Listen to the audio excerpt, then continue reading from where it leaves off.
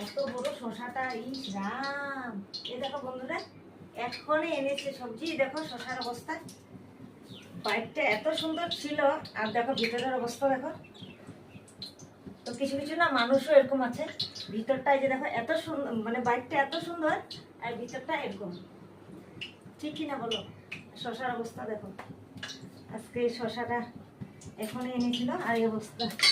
তো এদিকে আমি রান্না বান্না শুরু করে দিয়েছি, ভাত বসিয়েছি, আর এখানে বাদাম ভাজবো। এই শশাটা যে বাদাম দিয়ে করবো, তো এই বাদামগুলো ভেজে নিই একটু। আর আজকে না মাছ মাংস কিছু আনে নেই, কারণ ভালো লাগছে না গরমে খেতে। আর আমার মেয়ে মাছের ডিম অনেক ভালোবাসে, তার জন্য আজকে এই যে ডিম এনেছে, এটা বড়া করে আলু দিয়ে ঝোল করব। বেশি আনে নেই, গরমে মাছের ডিম খাওয়া বেশি ভালো না, তার জন্য। তো বেশি কিছু বানাবো না, এই শসাটা বানাবো বাদাম দিয়ে, আর উচ্ছে ভাজা করবো, আর একটু করে ডাল বানাবো, বাস। আর কিছু বানাবো না আজকে।